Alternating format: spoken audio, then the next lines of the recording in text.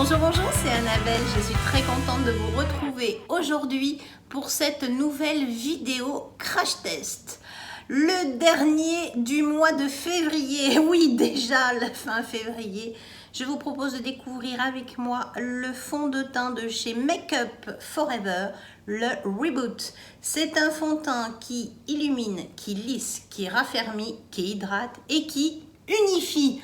Tout ça dans ce petit flacon. Tout est réuni pour avoir un fond de teint. Voilà, tout est dit. Je vous retrouve d'ici quelques instants avec un zéro make-up. À tout de suite. Me voilà de retour avec du zéro make-up. J'ai appliqué mes soins quotidiens. Je vais appliquer maintenant mon sérum au watermelon de chez Milk Makeup. Alors franchement, je sais pas ce qui fait réellement parce que je n'ai pas de... J'ai pas une meilleure peau, j'ai pas moins de rides. Le mois touche à sa fin. Mais c'est un produit qui est assez agréable à l'utilisation. Voilà. C'est vite mis, c'est assez ludique. Je vais appliquer maintenant le Cool Water, toujours de chez Milk. Pour les cernes et les ridules, les poches, j'en ai pas moins. Mais en tout cas, je trouve que les anti-cernes se comportent beaucoup mieux dessus. Voilà. On va dire c'est une base anti-cerne. Voilà. Pourquoi pas? Pourquoi pas rajouter une base anti-cerne? C'est pas idiot. C'est une couche de plus, mais pourquoi pas? Pourquoi pas? Oula. Je vais maintenant appliquer l'anti-cerne. L'anti-cerne Boeing de chez Benefit. J'en suis pas mécontente. Il faut quand même comprendre que si vous avez des signes de fatigue très colorés, des cernes très colorées, oubliez-le. Par contre, si c'est juste pour illuminer le regard sur des dessous d'œil très desséchés, c'est ce qu'il vous faut. Voilà. C'est assez pratique, on s'en met pas les pleins doigts. Mais par contre, à l'usage, ça baisse très vite quand même. Le niveau du stick baisse très vite. Et je l'étale toujours avec mon petit pinceau.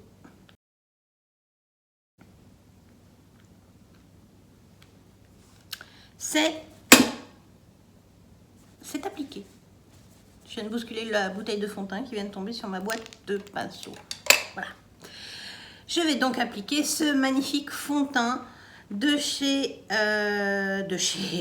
Make Up For Ever en couleur Y315 pour info.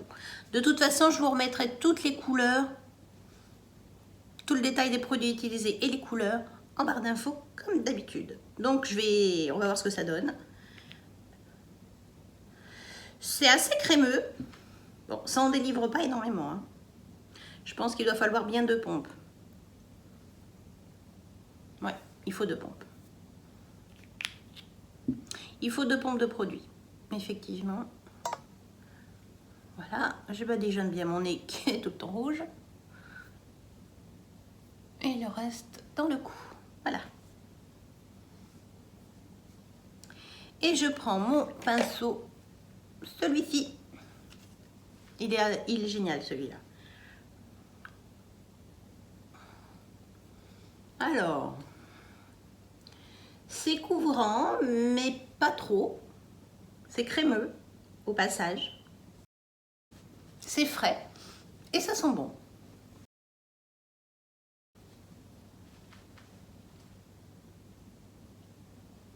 Alors, ça ne sèche pas rapidement. Alors, qu'est-ce qu'il nous raconte ce magnifique fond de teint? Illumine. Oui, le teint est lumineux. Là-dessus, oui, je suis tout à fait d'accord. De lisse. Pourquoi pas? Raffermi. Peut-être à l'usage. Hydrate, oui. Alors là, pas photo, oui, ça hydrate. On sent qu'on nourrit la peau. Et unifie, oui, c'est unifié.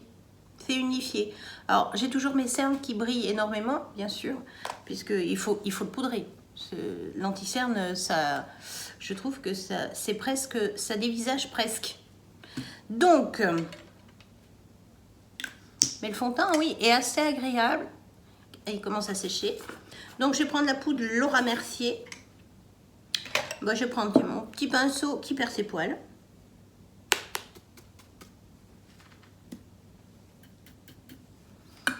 J'en prends un tout petit peu.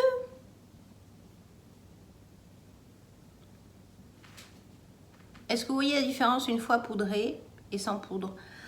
Ça a vraiment besoin d'être poudré. Alors, je l'ai essayé sans poudrer. Ça se décroche de l'œil et ça glisse. Voilà, mais poudré. Poudré léger, hein. Voilà. Pas plus. Voilà. Très peu de poudre et ça va le maintenir en place. Voilà. Non, ça unifie, ça masque un peu les imperfections. C'est pas mal.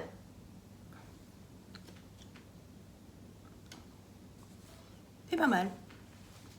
C'est pas mal. On va continuer à se faire une tête un peu moins cadavérique. Je vais utiliser le bronzer de chez Charlotte Tilbury. Je peux pas dire que je sois fan du tube qu'on ouvre, qu'on ferme, et puis cette petite mousse qui se gave de produits.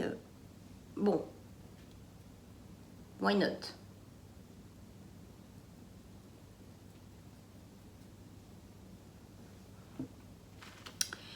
Donc, je commence déjà un petit peu à l'atténuer avec l'embout.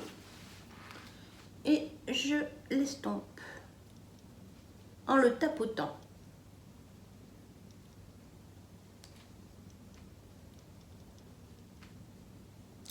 C'est un bronzer qui est juste sublime. Il est lumineux, voilà. Il est beau, il est très très beau. Et on en utilise... Alors, moi je serais tentée de dire que oui, il n'est pas donné. Mais vous en utilisez que très peu. Hein. Et j'estompe. Un peu de bronzer, toujours à la racine des cheveux. Voilà. Je viens de prendre le soleil. Il est juste sublime.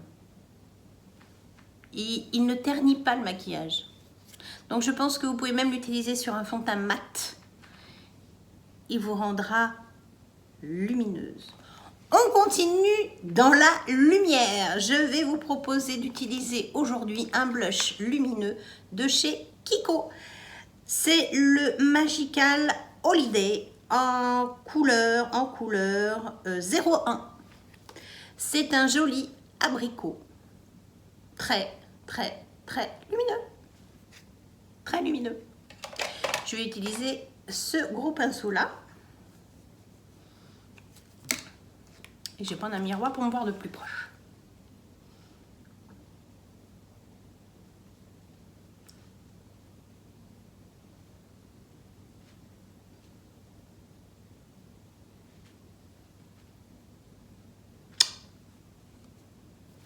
C'est un joli blush. Alors, avec un blush comme ça, inutile de vous dire que vous n'avez pas forcément besoin d'highlighter. Pour le soir, oui. Mais pour la journée, c'est juste subtil.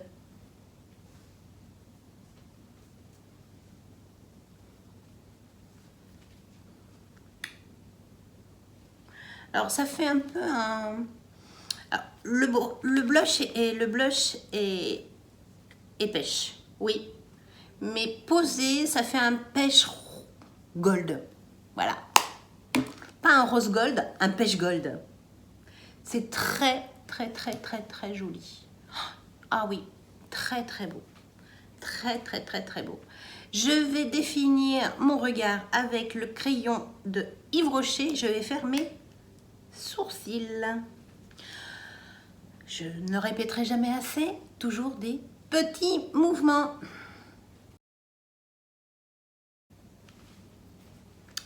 Voilà. Je ne peux plus m'en passer. Je peux plus me passer de faire mes sourcils. Je trouve que le crayon est pas mal. Je trouve par contre qu'il a un petit reflet, un petit sous-ton un peu chaud. Mais il est pas mal. Il est vraiment pas mal. J'aime bien. Je vais appliquer le crayon à lèvres de chez Charlotte Tilbury en couleur Pillow Talk. Et je vais faire un contouring grossier. Parce que je ne sais pas faire les vrais contourings de lèvres. Et je complète un peu à l'intérieur. Ça va prolonger la tenue du rouge à lèvres que je vais appliquer maintenant. Ouais. Il est très agréable à porter. Il est mat mais lumineux. Il est lumineux, vraiment lumineux. J'aime beaucoup. Je vais finir mes yeux et je vous reviens de suite. Voilà, j'ai fini de me make-upper. J'ai fini mes yeux à l'aide de la palette de chez MAC, la librairie Nude. Je vous ferai ce tuto-là pour mercredi prochain si ça vous intéresse de voir comment j'ai réalisé ce maquillage-là. J'ai appliqué également le mascara de chez Bourjois, le Big Lashes Oh Oui. Alors, toujours la même chose, hein. Sincèrement, moi le volume, il est pas mal, mais il fait pas de volume, il fait de la longueur. Ou alors je confonds les deux, mais sincèrement, pour moi, ça n'est pas du volume, c'est de la longueur. J'espère que ce crash test vous aura plu. Je vous donne rendez-vous ce soir pour un bilan de fin de journée. À tout à l'heure. C'est parti pour le bilan de fin de journée. Pour rappel, je me suis maquillée ce matin. Il est à peu près 9 h du matin et là, il est pratiquement 19 h. Donc, c'est un maquillage qui aura bien vécu. J'ai utilisé pour ce crash test le fond de teint Reboot de Make Up For Ever. On va le tester, on va débriefer d'abord sur lui. Je brille. Je brille. Je ne suis pas une baraque à frites, mais j'en suis pas loin. On sent que ça colle un peu là. Ça colle. Et là, ça colle. Au niveau de la répartition des matières, entre les deux yeux, ça brille, mais j'ai pas de perte de matière, je n'ai pas d'accumulation. Sur le menton, ça commence à s'effacer. Et alors sur le bout du nez, je n'ai quasiment plus rien. Par contre, ailleurs, c'est nickel, ça n'a pas bougé. Les fards ont super bien tenu, on voit bien le bronzer de chez Charlotte Tilbury, le blush très lumineux de chez Kiko. Le mascara, aujourd'hui j'ai dû avoir un peu l'œil un peu plus humide. C'est un tout petit peu coulé là, mais enfin bon, c'est vraiment la première fois. C'est un maquillage qui n'a trop, enfin c'est pas un vilain maquillage, voilà. Pour l'instant, je peux pas dire que waouh, Make Up For Ever, le reboot, il hydrate, il lisse, il raffermit, il a vécu. Il a vécu. Je ne l'ai pas poudré, il est vrai. Mes cernes n'ont pas trop bougé. Ça va, ça reste raisonnable. Elles, je les ai poudrées et elles se tiennent à peu près. Elles se tiennent à peu près, c'est pas le meilleur anti-cerne que j'ai découvert, mais il est très hydratant, donc bon, on va dire qu'on traite un peu les rides avec cet anti-cerne là. Bon, peut-être que en poudrant la zone T, peut-être que le reboot est fabuleux. Malheureusement, il y en a plein d'autres qui sont fabuleux et qu'on a besoin de poudrer un petit peu, mais pas tant que ça. Là, je suis pas super emballée. Je vais continuer à le maltraiter, à le tester dans toutes les situations possibles. Je vais essayer avec une base plus matifiante. Et la prochaine vidéo vous donnera les réponses que vous attendez tant, toutes et tous. La semaine prochaine, il y a déjà la vidéo top et flop du mois de février. Donc nous aurons le débrief de celui-là que je vais continuer donc à maltraiter. J'espère en tout cas que cette vidéo vous aura été utile. Si c'est le cas, un petit pouce. Si ça n'est pas déjà fait, qu'attendez-vous? Abonnez-vous. Et puis je vous dis à samedi. Ciao.